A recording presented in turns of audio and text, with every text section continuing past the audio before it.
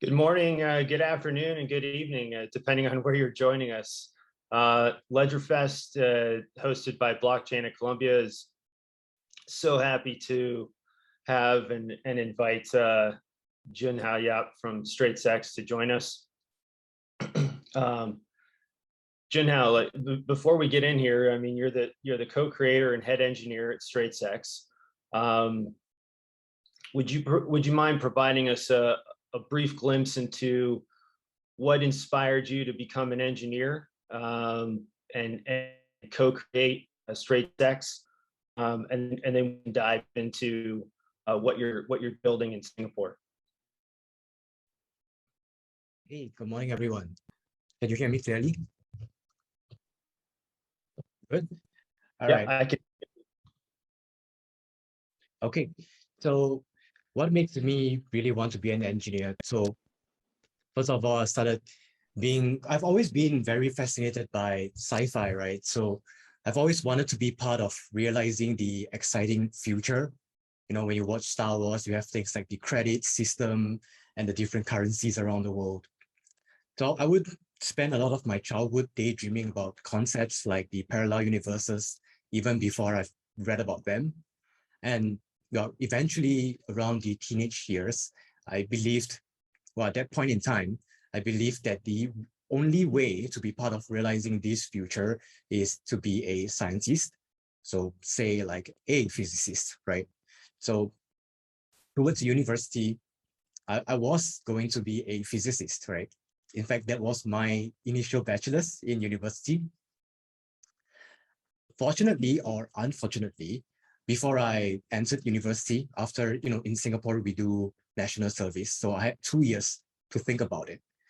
So right before entering, my brother, he has a bachelor's in physics, and he told me about the sad state of scientific discovery in Singapore. And it was at that same time that my other brother introduced me to computer science and, showed me how the future is being built with computers. At that point in time, I switched bachelor's, and in fact, when I was pursuing the computer science, I was also trying to pursue this theoretical discovery stuff, and I took up courses in like economics, physics, psychology, and well, that kind of allowed me to eventually find out that I'm much better at practical stuff than academia. And it's no surprise that brought me to blockchain, right? Because blockchain is the amalgamation of like a lot of things. It's like psychology, you have cryptography, you have game theory, you have so many different things coming together to form blockchain. And so the blockchain really excited me. And, I stopped going to most classes halfway through university because I wanted to pursue blockchain a lot more deeply. And well, that's how I found my ikigai. What was missing before was, well, theories and academia aren't exactly something I'm good at. So now my life as an engineer started back then, and I've never looked back. Now it's realizing this sci-fi future by building as an engineer. So, well, for now, I've joined StraitsX, we're building StraitsX. We are building the blockchain future, but who knows what the future may bring. That's such a great answer, Jun Hao. Thank you. I think it's always helpful to understand, what really motivates someone to co-create and build something as extraordinary as StraitsX. So you're located in Singapore, and XSGD is a stable coin issued by StraitsX, denominated in the Singapore dollar. Could you tell us a little bit about the vision of StraitsX, and would you like XSGD to be the USDC, for example, in Asia? Right.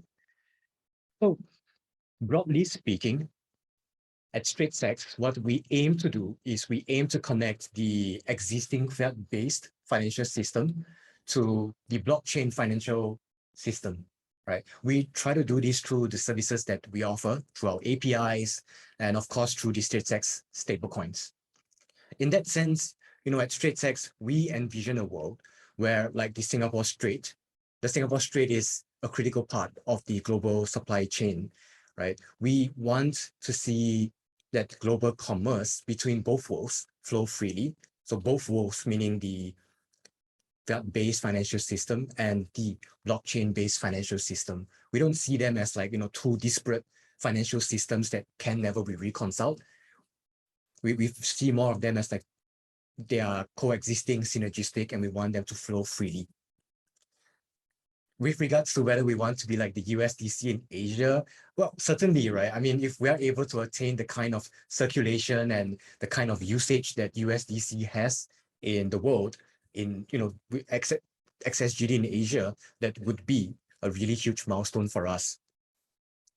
Well, beyond that, our goal at StraitsX is really much more than just being the USDC of Asia, right? As mentioned before, we are about connecting the two worlds. So we believe in a multi-currency future. Today, if we look at the blockchain world and in the current blockchain landscape, stablecoin landscape, 98 to 99% of our stablecoins are denominated in USD.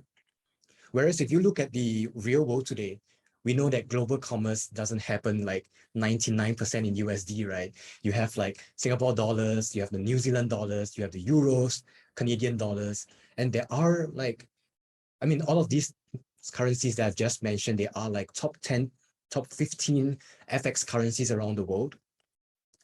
So we feel like it's really strange that, in the blockchain world, 98, 99% of them are denominated in USD and used that way.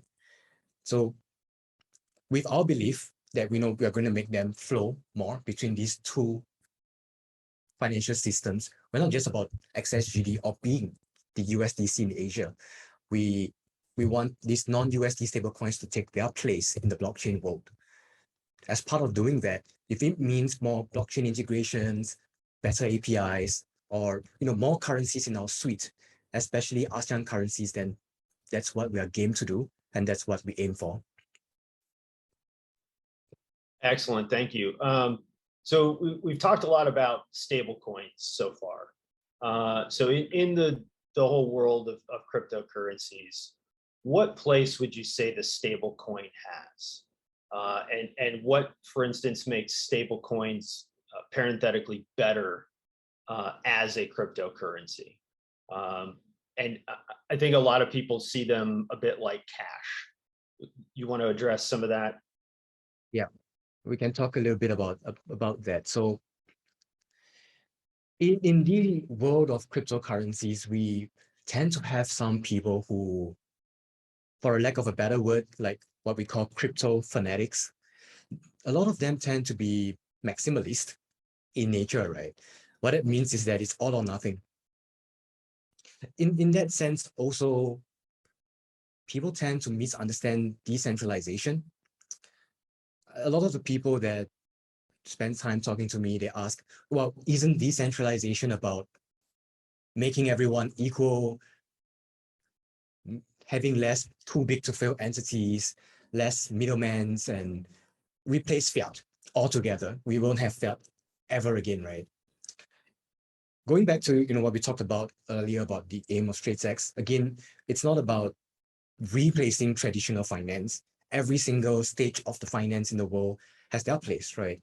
So it's not so much about traditional finance versus blockchain finance. And right now, we are a few bull runs in, so we are kind of like in a transitionary phase. Stablecoins pegged to fiat act as bridges between the two financial systems, the way we put it, right? So in a way, thinking that fiat, crypto, will replace money, fiat money, broadly and absolutely, as we know it, is akin to like, if we think about like Star Wars, right? We always have the Republic credits, we have the Empire credits. It's all different, but somehow thinking that it will take over the entire world is like thinking that these Empire credits will be the only currency in the Star Wars universe. In some sense, as long as there are going to be different communities with different ideologies, there will be different monies. And stable coins in this blockchain space, the way we talk about it is it's really meant to be a bridge between the two financial universes, especially in a transitionary phase. Because, well, if we try to imagine today that we would have insurances paid out in like Bitcoin or in Ether, I believe most people here or, outside in the world won't be able to imagine that.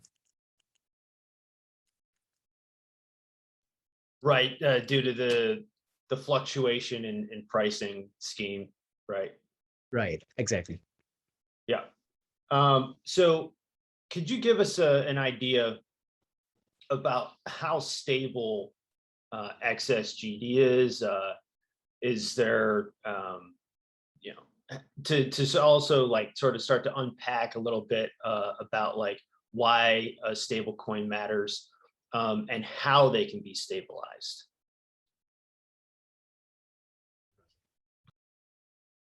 In some sense, stable coins as a term is a little bit of a, how would I say it? A little bit of a trap, right? In a sense that stable coins aren't just meant to be about tokens that are pegged to fiat money. Sometimes they can be stable to gold, for example, right? So you see things like PEXG, it's a stable coin pegged to gold. So if we talk about particularly fiat stable coins, there are varying degrees of stability. So some examples, if all of us are blockchain people, so we know there are algo-backed stablecoins like UST, like Terra. There are commodity-backed stablecoins, and it's not just PEXG. Venezuela has a currency called petrol that is pegged to oil, a barrel of oil, and you have stablecoins like DAI that is pegged to the price of Ether being backed by crypto. You have currencies like XSGD that is backed 100% by fiat, 1 for 1. And finally, you also have stablecoins like the USDT that is not just fiat backed, it's both backed by fiat and non-cash. So if we talk about non-cash, there are things like commercial papers and bonds as well, like low-grade bonds, high-grade bonds, etc. So in some sense, stablecoins are all stable in different ways. For each different kind of backing, you are essentially trusting the backing, and it's as stable as the backing. So what we mean by that, if we're using a stablecoin like UST backed by the algorithm, we are essentially trusting the algorithm to work. If it works, it's stable. If it doesn't work, it's gone. Much like XSGD, it's 100% fiat backed here, right? As opposed to if you talk about some of the other currencies like USDT, sometimes they are backed by commercial papers. If the commercial papers fail, then you don't get that stability anymore. Whereas for a currency like XSGD, it's as stable as the fiat behind it. It's 100% fiat backed, right? So I would argue that XSGD is one of the most stable fiat backed currencies in the world right now. So if we're talking about how stable can they be, well, nothing is ever fully stable, right? Even the world's reserve currency that we know, USD, is only stable to USD itself. Once you bring in things like Bitcoin, well, it's not that stable anymore.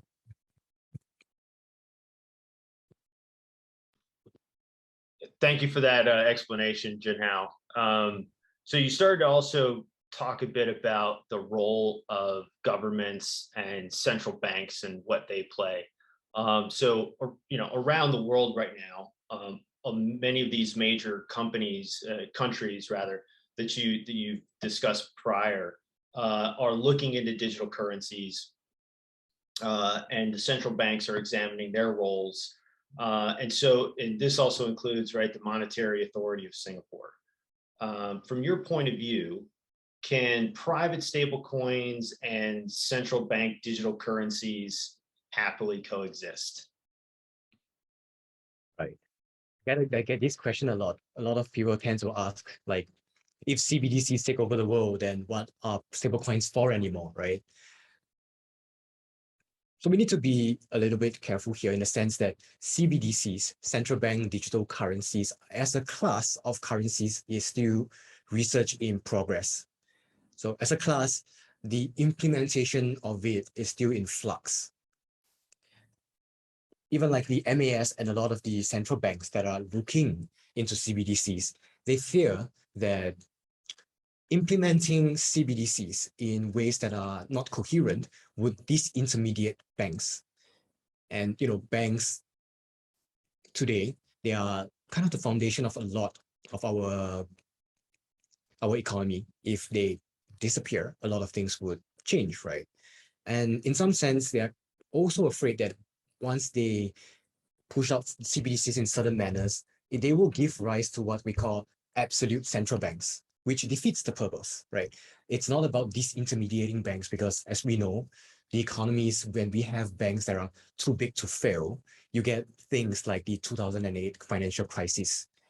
And can you imagine if we have absolute central banks with CBDCs and they fail, what happens? It's even worse, right?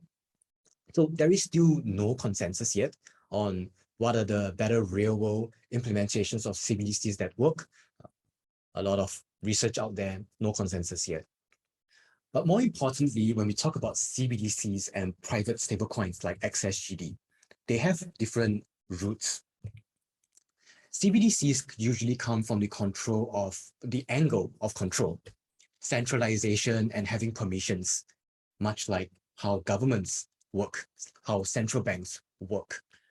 Whereas when we talk about private stablecoins like XSGD, we are coming from the angle of openness, a decentralization, and the whole permissionless background, when we're talking about blockchain, right? And in some sense, when we say it that way, one of them, private stablecoins like XSGD, are congruent with blockchains, whereas the other is more congruent with permissioned networks or what we know as private blockchains.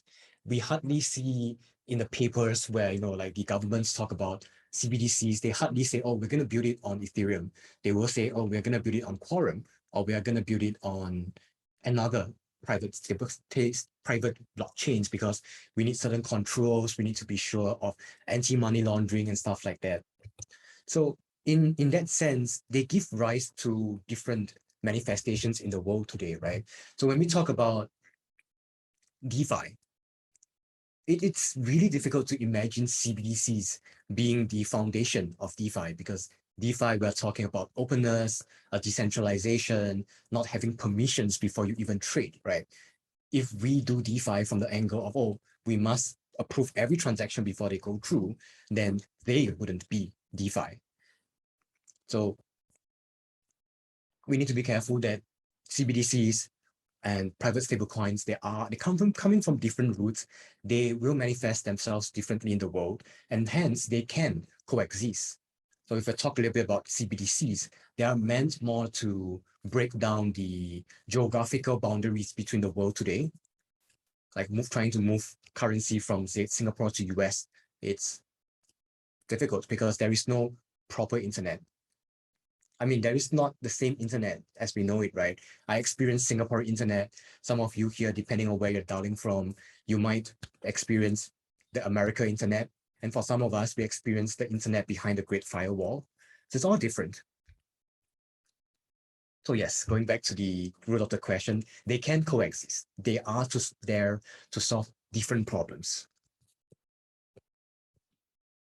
Great, thank you for that. So you've also mentioned now the roles of various countries, central banks.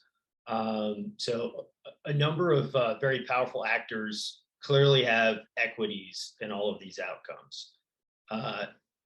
Could you walk us through some of your biggest challenges that you've encountered creating XSGD? I mean, this sounds like a pretty huge task.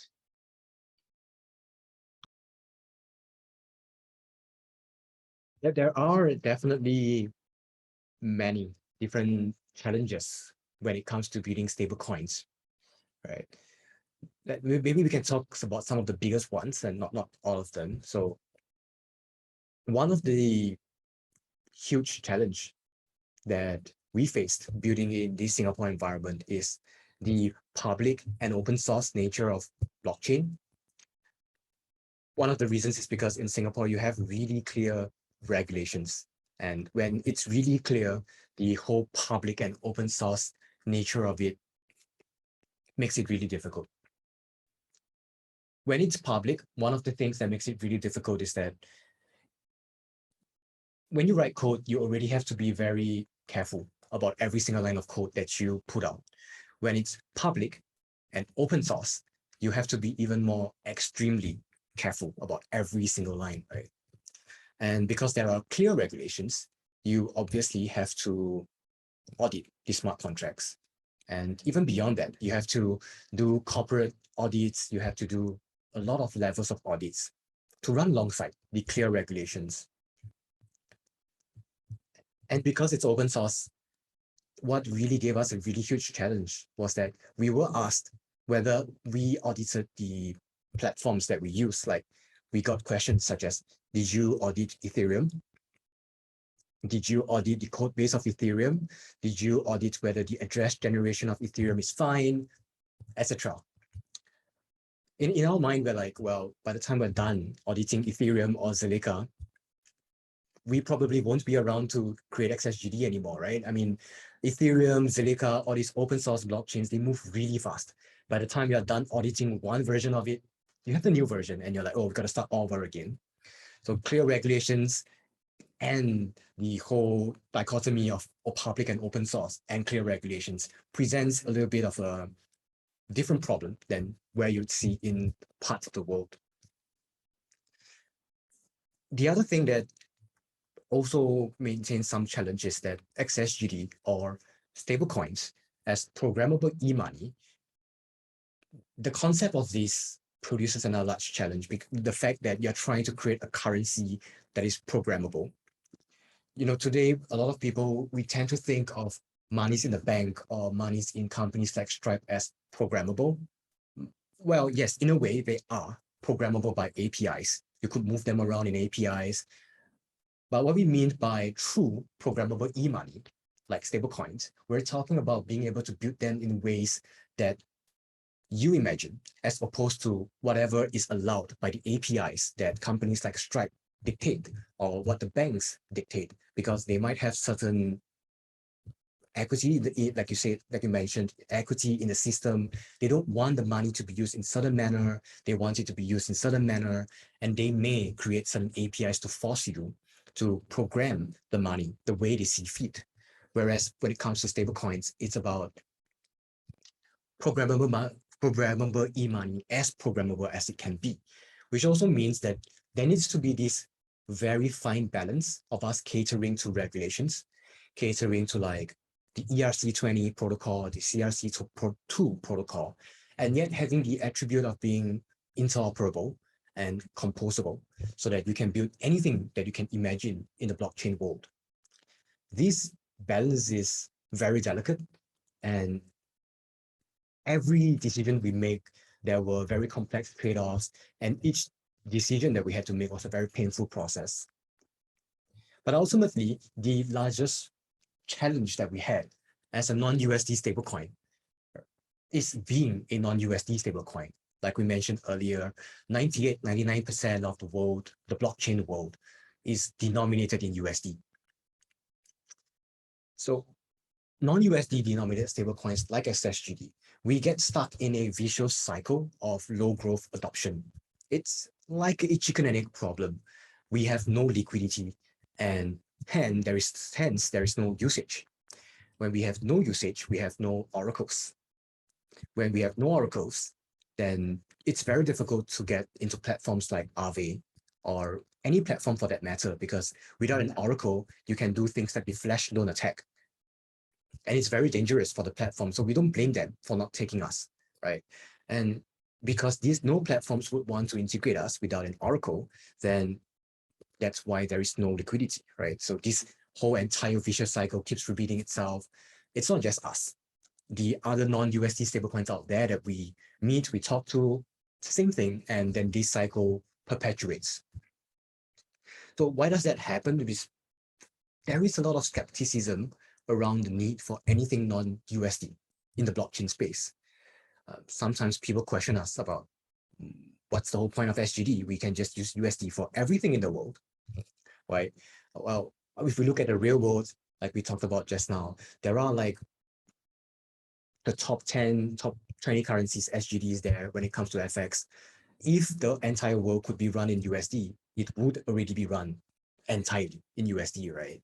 So we don't believe that in the blockchain space, we want to perpetuate the world as we know it. Otherwise, what's the point of technological advancement if we are just going to perpetuate the past, right? So up to today, some of the challenges are already behind us, like the audits. They stopped asking us to audit Ethereum. They know it's impossible. The composability, the code is already there. But up to today, this visual cycle remains one of the biggest challenges that we encounter. Well, we make some headways here and there. We are always attacking this vicious cycle. To me, this is going to be one of the biggest challenges that we're going to have to overcome if we want to make StraitsX and non-USD stablecoins take their rightful place in the blockchain space. Thank you for that, Jun Hao. You also mentioned that at the end there that you've had to partner with and deal with Ethereum and these various chains. It's my understanding that XSGD runs on both Zilliqa and Ethereum. Can you share some insights about Zilliqa and your experience partnering with them and what that's been like? Yes, XSGD runs on both Zilliqa and Ethereum. Again, as a reminder, StraitsX, we aim to connect the existing fiat-based financial system and the blockchain-based financial system, right? So we believe, in that sense, we believe in multi-chain approach in achieving that aim. So we're super proud to be working with Zilliqa. And XSGD is the first native stablecoin project on Zilliqa. So part of our multi-chain belief here is that we will and we have experiments with different blockchain protocols to serve our vision. And one interesting thing about Zilliqa is that they are Singapore-based. StraitsX, we are Singapore-based as well. Together, we hope to champion blockchain technology for the region. And you can expect that, we're both Singapore-based. The partnership has been great, synergistic, and mutually supportive. Some of the challenges that we face as StraitsX, Zilliqa face as Zilliqa as well. So there is this synergy in there. Going more into the technical level, Zilliqa is a smart contract-enabled blockchain. They have a very vibrant ecosystem. They're not that known in the outside of the Singapore and Asia region. I hope they get known more. They have already things like decentralized finance, NFTs, and a lot of these things that they build can also be accessed by XSGD as well. And on a more deeper technical level, there are some attributes that made Zilliqa a really pleasant integration, right? They have block finality. So for the technical people out there, in Ethereum and in Bitcoin, there is no such thing as block finality. It's Nakamoto finality. There is this Nakamoto consensus that makes it never, ever 100% final. Maybe after 30 blocks, you have something like 99.9% or 999%. Zilliqa has block finality, so the integration is a lot smoother and faster. And Zilliqa also runs on a sharding network, which also means that they have really high throughput. Their transaction costs are also really low.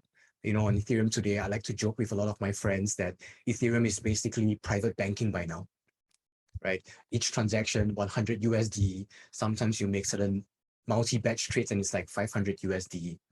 So on Zilliqa, it's like 2 to 3 magnitudes less. So sometimes like 10 cents or even less. So that has really helped us.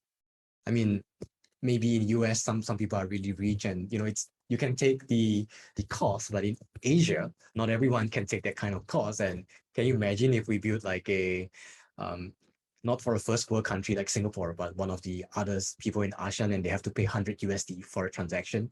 It's not going to happen, right? And one of the most interesting thing about Zilliqa is also the smart contract language. So a lot of maybe for some technical people out there, you know that Ethereum is, except for one operation, it is, what do we call that? It is Turing complete, except for one operation, which also means that you can build a lot of things, anything you could imagine that is Turing compatible. So for Zilliqa, they opted not to make it Turing complete. So what that means is that, you know, in the entire universe of what you can build, there are some things that are cut away. But what it also does is that the language is a little bit less dangerous. For example, for some of you who are familiar, on Ethereum, you can ask your smart contract to suicide. You can't do that in Zilliqa. So there is no possibility that someone makes a mistake and the whole platform just disappears, right? So in that sense, the language that Zilliqa has developed for the smart contracts is less prone to security problems like reentrancy, mistakes like suicide. And despite not being Turing complete, there has not been anything that, you know, you can't build just because it's not Turing complete. So a lot of people take a jab at them and say, oh, it's not Turing complete, I can't build anything, I imagine, right? But that's a little bit too theoretical. Like theoretically, yes, there are some stuff that has been made impossible, but in a practical way, we have not reached that limit.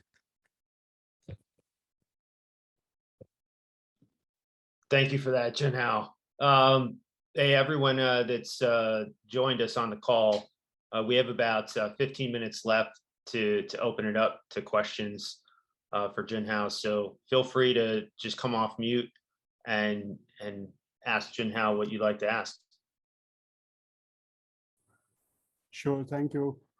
So I wanted to understand your views on blockchain gaming and what your favorite coins are that you hold in your portfolio.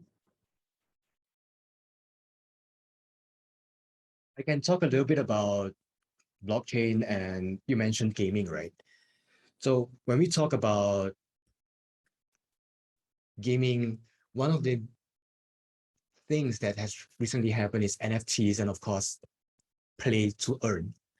So without trying to sound too futuristic and then too crazy, NFTs and play to earn is something that I'm very excited about. I don't know how many of you watch like Sword Art Online when you talk about anime. There are things like the metaverse. And in fact, you know, Facebook is talking about metaverse today. So maybe something more concrete like the metaverse, right?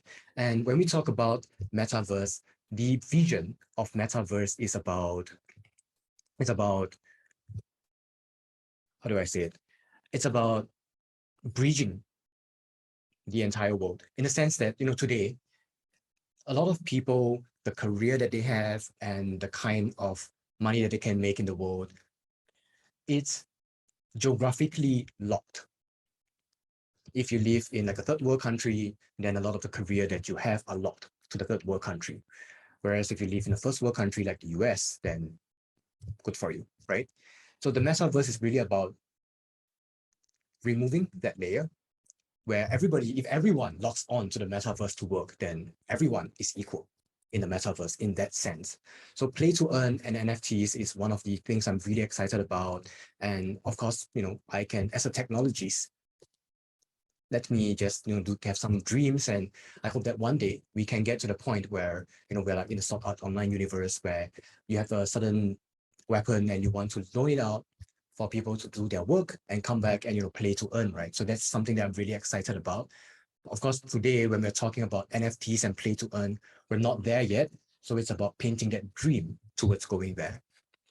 When it comes to more of a portfolio thing, I can't comment so much on the prices. And I mean, I'm not an oracle. I can't tell you which tokens are going to moon or which tokens are going to increase in price.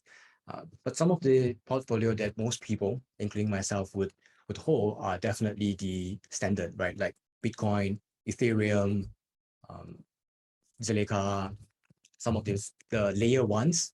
And if we are talking about like NFTs and the games and the lending markets, DeFi, some of the things that we talk about like Aave, for NFTs, I think there's Axie Infinity and stuff like that. One of the theses that I do have that is a little bit different from some of the people who talks about blockchain out there would be that there are a lot of Bitcoin maximalists out there who imagine that Bitcoin would be the one blockchain to rule the entire universe. In my thesis, it's not so much of that. There is a lot of more possibilities around things like Ethereum and smart contract enabled blockchains. And in fact, each smart contract enabled blockchains are built differently, right? So for example, right now, I mentioned earlier, like Ethereum is kind of like akin to private banking, whereas, the other smart contracts platform might cater more to maybe say third world countries or those in the middle. Not all blockchains are made equal. So if you are looking for some kind of advice about what to look into, what to research in the blockchain space, definitely do not just stay put in Bitcoin. Look into more smart contract enabled blockchains, research them, and try to look at how some of them are catering to different parts of the world. And there will be opportunities there. Sure, thank you. Thank you for that question, Bhaskar. Kolawala, I see you have your hand up. Go ahead and ask your question. All right. Thank you, David. Thank you, Jun. Thank you for the presentation. I hope you can hear me clearly. So I just want to ask really, if you were to be a consultant or rather an advisor to the central banks now, what would be your one or two suggestions that they should make to the CBDC? Because currently I don't see any difference between most of their proposal from a normal internet banking and the CBDC. It just looks like they are just trying to become a commercial bank and trying to use internet for the same fiat money. Nothing really special in it for me, so I don't understand. So what will you do if you have to be the central bank governor now and you truly want this to go global? Just a suggestion. Thanks. Thank you for the question.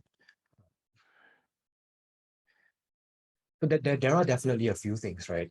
One of them is around in the first place, one of the first things that regulators do need to get together would be regulatory clarity. You know how today we have a lot of cryptocurrencies, different classes of them, some of them securities, some of them e-money, some of them are commodities. And strangely enough, in some parts of the world, a cryptocurrency can be a commodity, an e-money, and a security all at the same time, right? So there is, in the first place, no regulatory clarity around cryptocurrencies and blockchain. In fact, most exchanges or blockchain companies, they are not even regulated. They can't even be licensed. And in a lot of places around the world, they work in the shadows, in the gray area, right? So that's the first thing that a lot of regulators do need to get together, because if we're talking about CBDCs and at the same time we're talking about one year in certain countries, today it is legal tender, tomorrow it's not. Sometimes today is it legal, tomorrow suddenly it's not legal, and every year we are flip-flopping between the regulations, then there is no way to have what we call, what's the word I'm missing here, to have advancement in using blockchain and technology, right? So that's one thing. The other thing is also regulators play a important role. They have a lot of responsibilities. And because of that responsibility, regulators tend to, well, with that kind of responsibility, regulators need to strike a very fine balance between paving the way for new industries while not destabilizing incumbents, right? They don't want to like come up with whatever, they have CBDCs or stable coins and whichever, and tomorrow all the banks disappear. That's not an ideal situation as well. So a lot of times, a lot of regulators are waiting for someone else to be the leader and be the first mover, because the danger of being a first mover and making a mistake is that you destabilize your own economy. So a lot of countries, because of that, are erring on the side of not doing anything or just living in the gray area. Or some of them, even if they come up with regulations, they err so much on the side of not destabilizing incumbents. They are not allowing for creative destruction. They are just saying, okay, we want status quo. We don't want things to change. So we're going to make certain regulations. Yes, we regulate these new players, but we are going to protect the incumbents. And in that sense, then it's not a level playing field, right? And because of that, a lot of times the technologies like Ethereum and Silica and smart contract and the blockchains are very difficult to use, because when you use them, you are putting yourself on a hamstring. Yeah, you're behind just because you use the new technologies. So there needs to be a better balance there. And finally, for a lot of the CBDCs out there, they are exclusively looking a lot at private blockchains because they want absolute control. It's quite disheartening for me, at least, because when we talk about control, even like today, when we talk about the incumbents, when we have APIs and we govern them through law, it is not absolute control. And somehow when we talk about CBDCs, all of a sudden we want to use private blockchains. We want to have absolute control. We want it to be 100% public. We want 100% control. And that seems to be like a divergence from what we have in status quo. It's like we want even more power, right? So one of the things I do hope that, the people who are thinking about CBDCs, researching CBDCs, will look a little bit more into public blockchains. Maybe not 100% public like Ethereum, because we do need to understand their role as regulators. If it's 100% open, it's difficult for them as well. But we don't have to look at either extremes, right? Like 100% Ethereum or 100% something like private, I want all control. We could look at somewhere in the middle. And in fact, today, a lot of research in blockchain, there are certain blockchains out there that are somewhere in the middle. And I do urge that the people looking to CBDCs look somewhere in the middle as well and see whether they can move more towards there rather than staying at either extreme ends. Thank you very much. I appreciate that. Thank you so much. Thank you. Thank you for the question, Kolawole. That was great.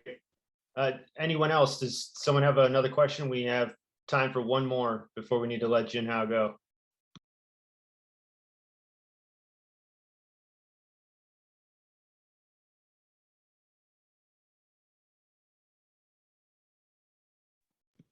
I have a question. Yeah, go ahead, Tejas. Yeah, thanks, Jun Hao. I have a question that's unrelated to cryptocurrencies, but more related to the engineering side of blockchain in general. So with the rate of innovation on all blockchains being so incredibly fast and high, how do you, as a technologist, even keep up with everything that's going on? I mean, there's just no way that one person can keep up with all the news articles, all the new smart contracts that are coming out. So how do you manage? Right. This is something that, when we talk about there being so much information and being so much more knowledge out there than we can acquire, it's not something that is isolated to blockchain or the internet. It's related to everything now, because, well, today we have at least the internet and Google. Information is a lot more organized, which also means that pretty much anything you want to know in the world today is going to be flowing out of like a pipe. There's going to be so much information flowing at you. And a lot of people do tend to get overwhelmed. And it's also the world as we know it today, right? Technology adoption life cycles are becoming faster and faster. In fact, when we talk about blockchain, like you mentioned, Tejas, that it's going so fast and education cannot keep up. And if you would ask me to wager, I would say that education in this space is really one of the biggest problems, where it's really only been around like 5 or 6 years since people really noticed blockchain, when it was first invented by Satoshi Nakamoto 11 years ago, right? So for the lack of a better word, we have 5-6 years, and education around the internet had to last for like maybe 20-30 years before people really understood what's going on there. So when we talk about blockchain, so much innovation, and the, how do I say it, the advice around that is very similar to all parts of life. It's not just really about blockchain. Everywhere you go, higher technology life cycle, more organized information around the world with things like Google and all that, you will definitely see a lot more rush of information against you. What should I learn? What should I think about? So the advice is around the same thing. It's being able to be okay with not knowing what the alternative paths are, right? So there are two ways. Some of the people that we know are what we call explorers. They're going to explore one topic, maybe 3 months. So they're going to look at, say, one blockchain, 3 months, another one, 3 months, without really specializing. And then there are going to be those people who put their head into a well and literally say, okay, Ethereum or blockchain is the one and only blockchain that's going to rule the entire universe. So the advice is not to be either extreme end, right? Like there are like, I don't know, I go to CoinMarketCap and I see like over 5,000 cryptocurrencies now. There are probably more that are not being tracked. You're right. If you try to make sense of everything, it's a loser's game. We're never going to make it, right? But when we talk about only looking at one blockchain and thinking that it will take over the entire universe, like Bitcoin or Ethereum, well, then that's also not advisable. So we want to be somewhere in the middle, right? We need to strike a balance. So a lot of things about life is balance. We want to open up ourselves to the possibility that there are blockchains outside, or in fact, there might even be blockchains outside that hasn't even been invented that could become useful in the future. So try not to be someone who looks at every blockchain for one day and make a decision on them, and try not to be the people who only look at one blockchain and say, okay, this is the one thing I want to focus on forever because it's going to take over the entire world. Try not to be at the extreme ends. That will help you. Great, thank you I so hope much. that helps you at least a little bit. Thank you, Tejas, for that great question. And that takes us to time. Thank you again, Jun Hao, for joining us from Singapore, and for everyone else from tuning in around the world. We really appreciate you all coming and supporting blockchain in Colombia here at LedgerFest. Thank you all, and I hope that you enjoy the rest of the day and all the programming that we've worked really hard to bring to you all. Cheers. Thank you. Cheers.